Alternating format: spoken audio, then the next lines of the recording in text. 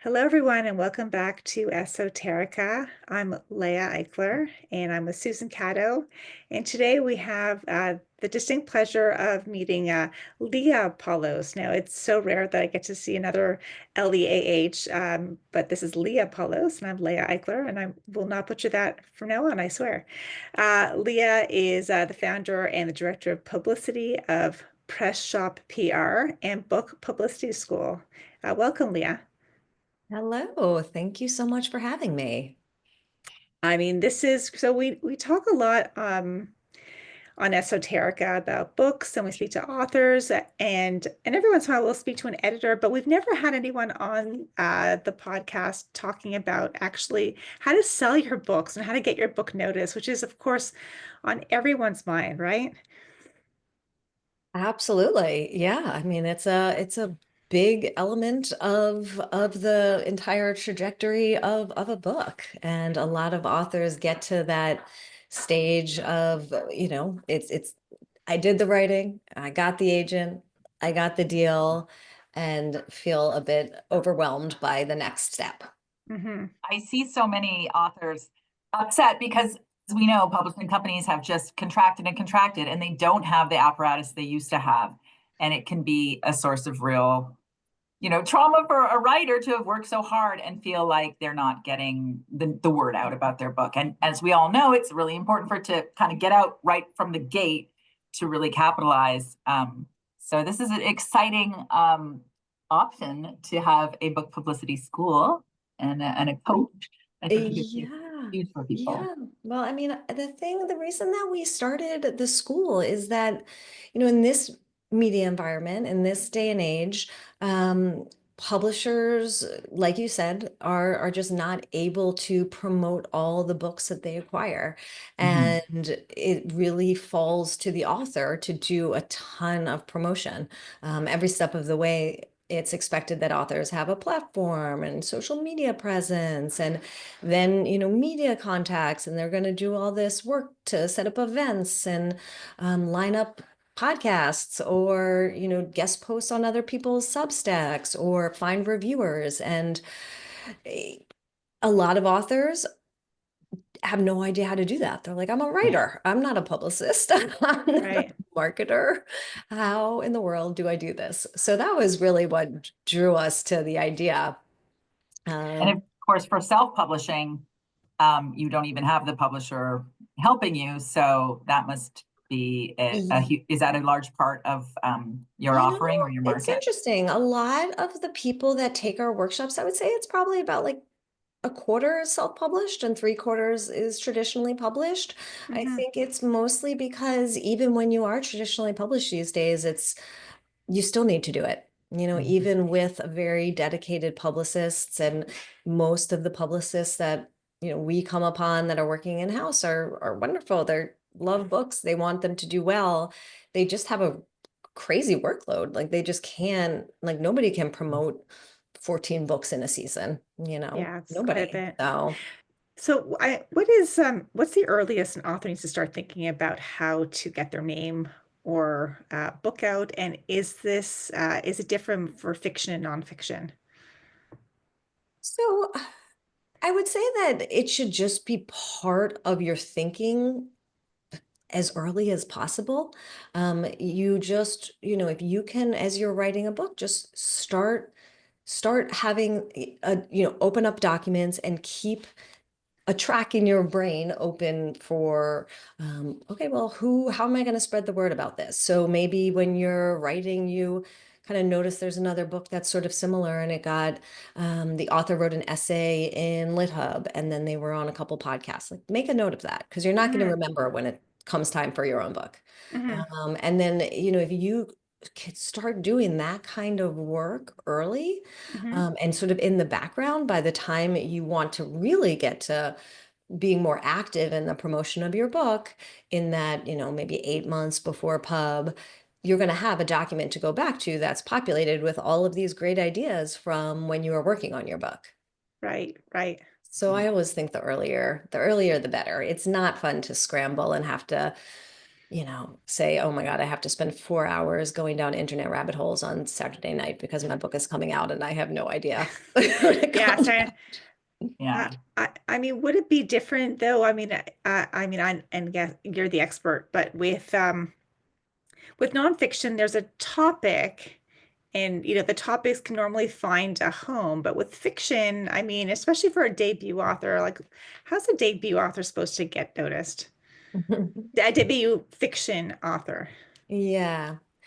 So, I mean, it is hard. There's no doubt about it. I would say a number of things. One is, keeping realizing that this is a really fractured media environment and that for all of the downsides of it, and there are many, there's also a lot of opportunity, but Mhm. it requires a lot of work. So, keeping an eye on as many debut fiction books as you possibly can and see what's working with them. So sort of to my past point, but just, really keeping in mind that you want to have the books that you're tracking be in a similar genre. But you also are going to want to think about how you're going to get people interested in your book. One reason that it's harder to line up media for fiction than nonfiction is, you have to read a novel in Mm. order to, first of all, to book it. So Mhm. if you think about the journalist so it's a producer, for example. So say you're pitching a podcast. The producer might think, oh, that sounds interesting, but I don't have time to read it and maybe it's not good. Whereas Mm. nonfiction, it's generally it's easier for a producer. They can, flip around, read the intro, poke around at the chapters, look at the pitch, and be like, we can have a great conversation, and nobody has to have read the book in order for that to be a great conversation. So not only is it make it easier for producers on their own end of doing the work, they don't have to read a whole novel, and even if it's, just from a work perspective. Yeah, yeah, of um, course. and then also their job is, it's not to cover your book, it's to make interesting content, make an interesting show for their listeners. Hmm. And so you have to make sure that you're going to be able to do that for talking about a book that no one's read yet. Right. So you have to, part of the job of an author, and a fiction author in particular, is really figuring out and making sure to lay out, what can you talk about? Like, what are the themes? What are the things that people are going to find interesting about your book, whether or not they've read it? Hmm. And you want to make sure you put that in the press materials. It's really important to do a Q&A. We do a Q&A with every single author that we work with at Press Shop PR, which is Hmm. where we do all of our full publicity campaigns. And it's because it gives producers a really good sense of what an interview can look like. Hmm. And so for fiction, that's much harder for a producer to conjure. You're like, okay, it sounds like an interesting story. I have no idea what I would ask them about. So tell them, Right. and tell them things that are interesting to somebody, not like, not a specific plot point, not like, why did Mary hit Joe in the face or whatever happened in the book. Hopefully it's, a little more subtle than that. Yeah, yeah. But more like, you're a writer, based in New England, and how does this, the legacy of this, or, whatever it is, you want to make sure that you're grounding it in something that people are gonna find interesting. Hmm. Do you think,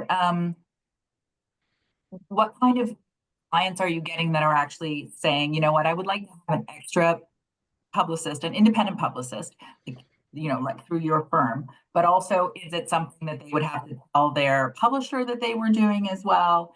Like, is there any conflict there or not? Yeah. So there's not really a conflict. People are often worried that there's a conflict. Mhm, mhm. I think authors and sometimes their agents occasionally are worried that, if I hire somebody, is the in-house publicist gonna just be like, all right, fine, she's got it. I'm gonna, pay attention to the other books. Yeah. Um, and so that's one concern. And then the other concern is, are you guys going to be tripping over each other and like Right. pitching the same contacts? And then are they going to be insulted? Like I don't trust them. And the answer to all three things is no, Mhm, obviously. mhm, Um, First of all, it's really common now, so there's no insult there. The way the media is now, almost every single publicist is thrilled to have help. They know how hard it is and how many places there are to go, and having some more muscle on the team is thrilling. So it's not like it used to be, 15 years ago or 10 years ago, where maybe there's 75 book editors, and then yeah, you can trip over each other and you're like, I already contacted the book editor of the Miami Herald. Now there is no book editor of the Miami Herald, but there's like 74 podcasts and, mhm, different Substacks and so many places to go. So you mhm, do need more muscle. It's harder to trip over each other. It's also people miss it. The concern is much more that people aren't hearing about something rather than they're hearing about it twice. Like, and mhm. I've never, literally never once in my career seen anything bad come up of that. Like the worst I heard is, oh, I just heard from Joanna at Random House and I'm dealing with her. I'm like, okay, great.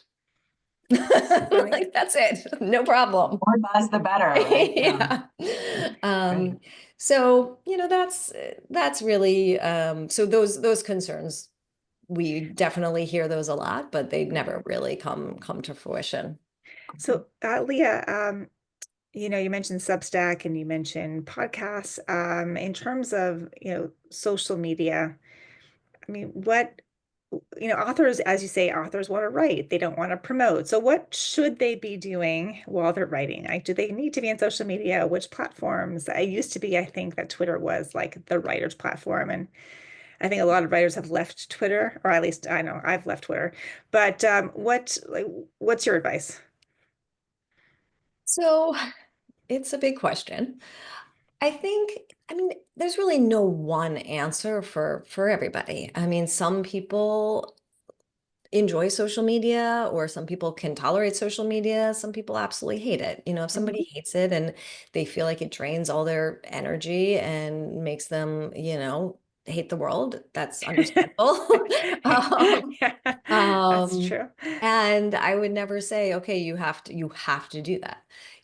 So, you have to figure out what your strengths are. Hmm. You can pour a tremendous amount of time and effort into social media, and it can also not work. So you have to be strategic. You have to think about where your audience is, and are you Hmm. speaking to them in a way that's meaningful to them, that's going to make them want to buy your book.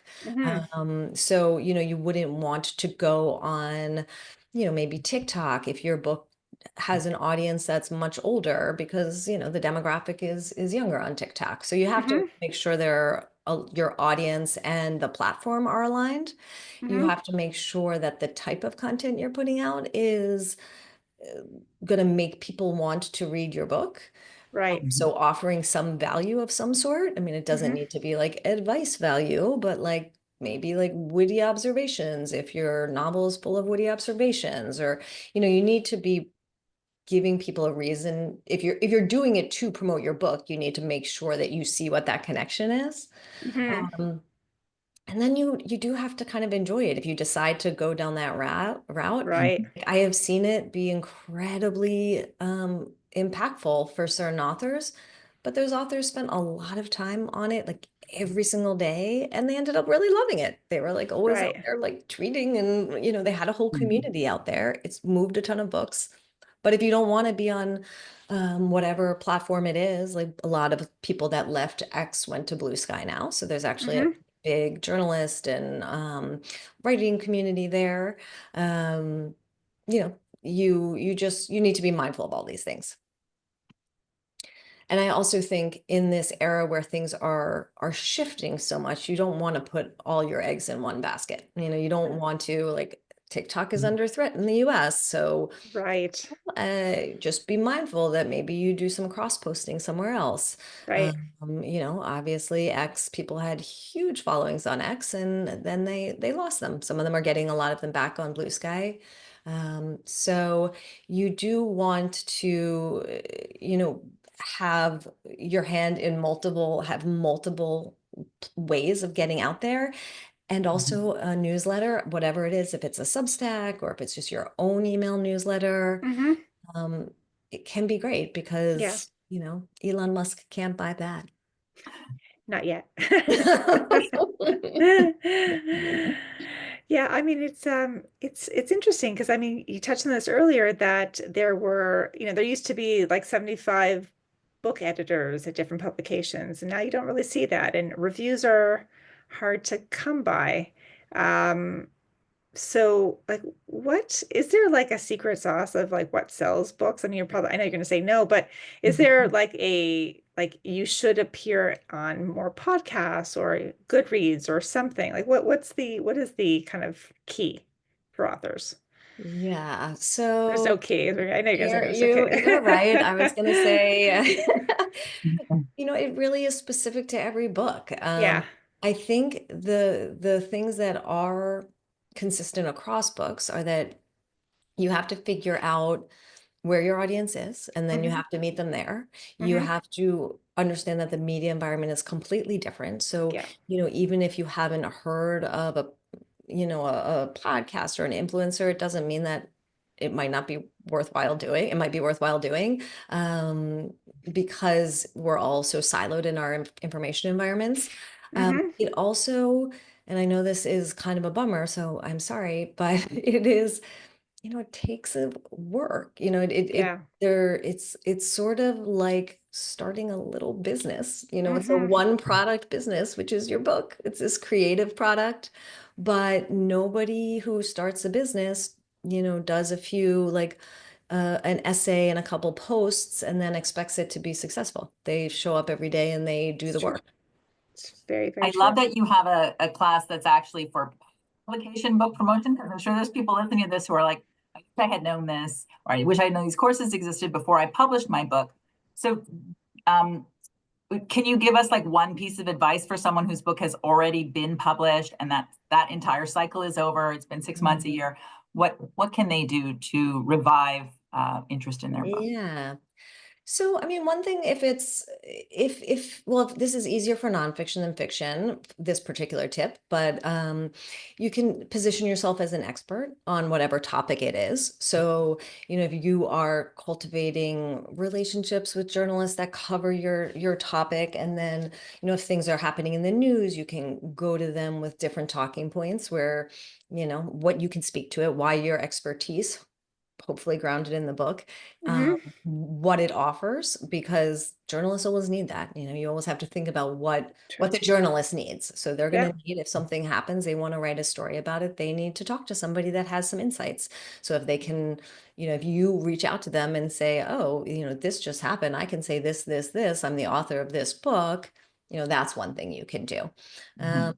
Another thing is you can sort of piggyback on other people's books, and this sometimes works better for fiction, Hmm. where, if there are other books, other debut novels coming out, then maybe you can reach out to them and say, hey, I'd love to be like moderate an event for you. I'd be happy to host you at my bookstore, or, at this bookstore, maybe we could do a joint event. And that way your book gets a little attention in front of their audience as well. So those are just two things that you can do. Post-publication, I think that post-publication has a lot of opportunities now that Hmm. they didn't have before. So again, going back to the just unbelievably fast evolution of the media and information space, lots of negatives, review pages, democracy, etc. Let's see. Uh, Just just that. to name a few. Yeah.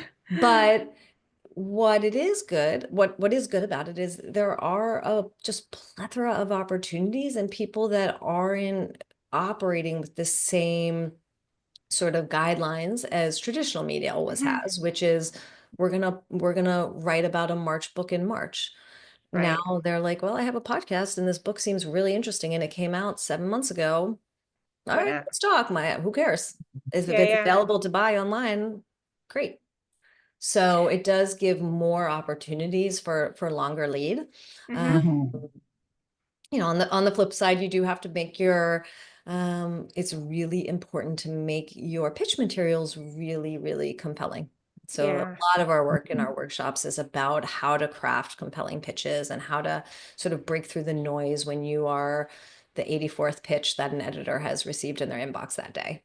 Yeah. Right. So that's, I mean, if that takes us into the book publicity school, I mean, can you tell us what people can expect in the book publicity school? Yeah, so I mean, basically, book publicity school is we basically pull all of the knowledge and strategies and things that we use every day at Press Shop PR. Hmm. So Press Shop is where we do our full media campaigns, and we basically bring all of that experience to authors at book publicity school Hmm. via workshops and coaching. So we teach a lot of different things. Two big focuses are pitch writing, so Yeah. figuring out, like I was just saying, how to position your book, what a journalist needs to see, what not to send them, what they don't need to see. Hmm. So we do that we have some crash courses that are just one-off 90-minute classes, and so we have one on pitch writing. And that's where the post publication is also in a one-off 90-minute class. And then the other pillar that we talk a lot about is that building a media list. So once you have those great materials, who are you sending them to? How do you find out the right journalists? You cannot rely on going to book editors, first of all, Right. because there aren't as many anymore. And then the ones that there are getting all of the For sure. books. So you really need to branch out and Hmm. go off the book page and find columnists and essayists and, producers. So how do you do that? So that's Yeah. we do a workshop called Research and Rolodex. That's all about that. Research. I love Um, that. Rolodex. like I kind of love the Rolodex idea. So Yeah. give it a little bit of new life. Um, so those are some of the one-off classes we have. And then we also do a 6-week intensive where we include both of those, as well as platform and how to work with your in-house publicist so that they can help you as best Hmm. they can, how to Yeah. support them, um, how to build a platform, what to do Yeah. with your website, social media, essays, op-eds, timelines. We call it the intensive, and it is a well-earned name, I think. It is pretty Wow. intense.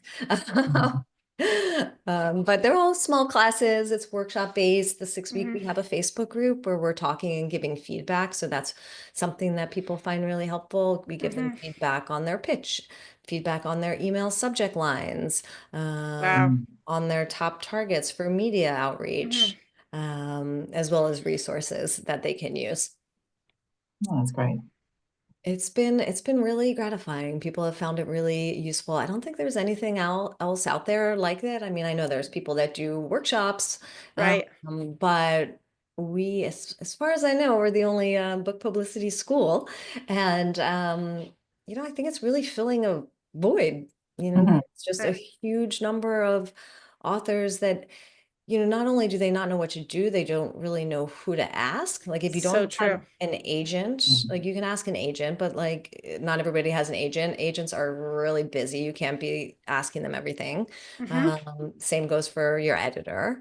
Um, Right. and then you can go online. There's all sorts of resources online, but then you get into a problem of there being too many resources where you're like, I don't even know what's worth listening to here. And not everything is right for everybody. Like that's one thing we do in the 6-week workshop. We're like, I'll be like, okay, like Annie, this thing, like you just ignore this. This is not for you. Bob, you listen to this. And then like vice Right. versa for the next thing. So that I think is another thing that's really valuable because nobody can do everything, obviously. It's true. So being able to focus your efforts on a few impactful things is really the way to go. Hmm. Great. So, last question, unless you have another question.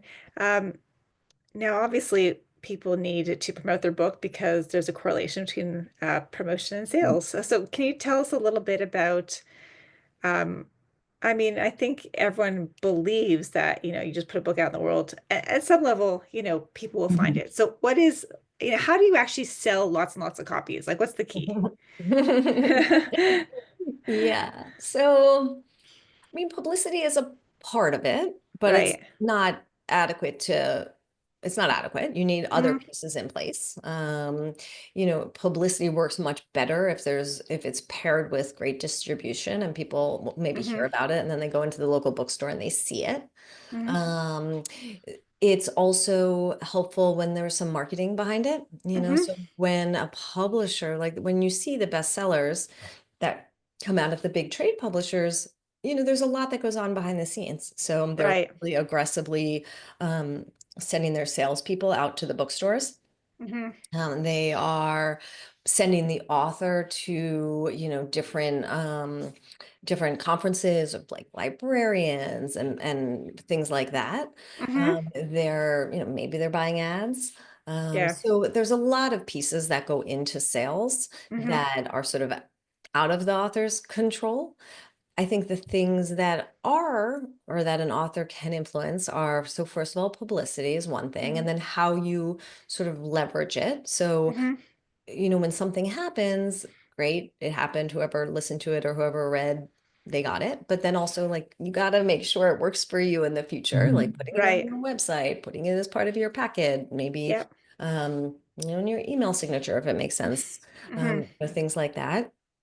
Um, so, and setting up events is another thing. If there are events at a place that, can do a bulk buy, that's always amazing for sales. That Mhm. doesn't always work. It can be harder for fiction. Obviously, for fiction, book clubs Yeah. is great for sales. But again, if someone could figure out how to map all the people running book clubs out of their living room in the country, they would be very wealthy. It's a very hard thing to find. Like, Yeah. book clubs have a lot of organic growth. Yeah. Um, and, I think the other thing is just, it's really important to not only sort of keep on doing the work as much as you can, or Mhm. hire someone to do it, but be paying attention to what works for you and then iterating Right. on that. Yeah. I think, and I always kind of bring it back, like when I think just when I started, when I first started my business doing book publicity, I never, I didn't anticipate all the twists and turns. You sort of see what works, and then you do more of that, and then you Mhm. see what you're wasting your time on and you stop doing it.